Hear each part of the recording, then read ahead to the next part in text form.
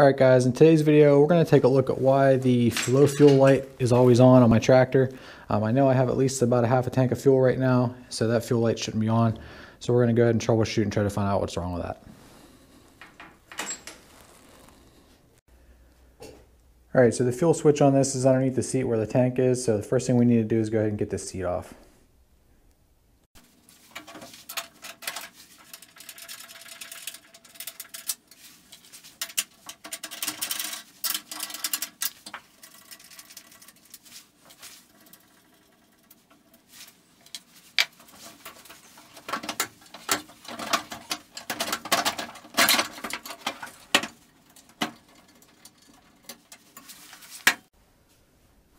Alright, so you can see right here, this is the float switch.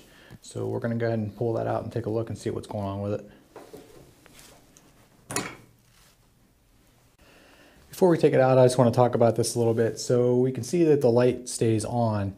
And normally these types of switches are closed whenever the fuel is low. That's why the circuit's completed and the light comes on. So just as a rough guess at the beginning here, my guess is either that the switch is stuck closed or possibly the float's not floating. Maybe it's stuck down from build up and gunk and stuff like that. The only other thing I think it could be would be that there could be a short somewhere in these two wires together between here and the rest of the circuit. So first though, we're going to pull the switch out and measure across it and see what it looks like.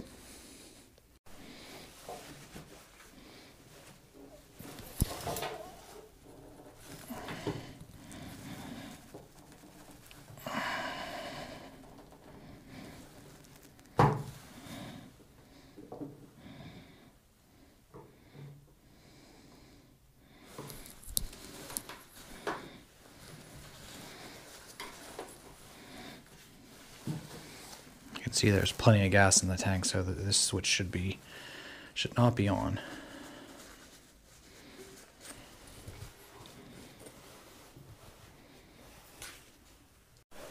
So as a quick check to see if the switch is working, I can just plug it back in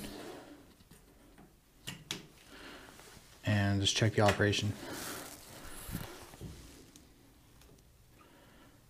Alright, so you can see the light's on. Let's operate that. Oh, the light went out. So it looks like the switch itself actually works. This also tells me that the rest of the circuit's working too.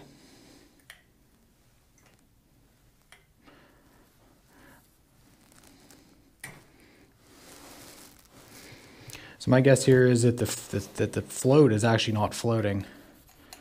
I'm not sure if if these are hollow, if maybe it got gas in it. But for whatever reason, it doesn't seem like it's working. Alright, so I have a new switch here. We're going to go ahead and put that in and see what we got. First, we're just going to do the same check, plug it in, make sure that this switch is good.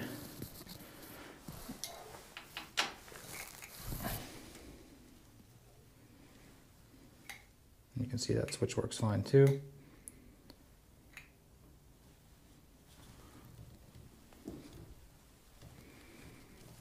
So we'll go ahead and put it in.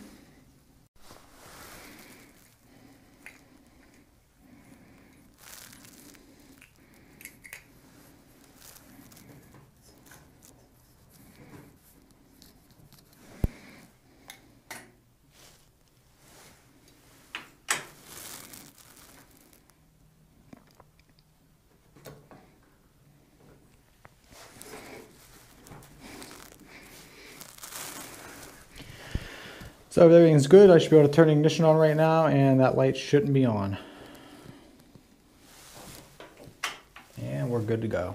And that's pretty much it. Most tractors should be the same, even if it's not a Cub Cadet like this one. Like I said, the circuits are usually, the switch closes when the fuel is low, so you can troubleshoot pretty much any of them the same way as this. So all I have left to do right now is go ahead and put it back together, and we're good to go. Thanks for watching.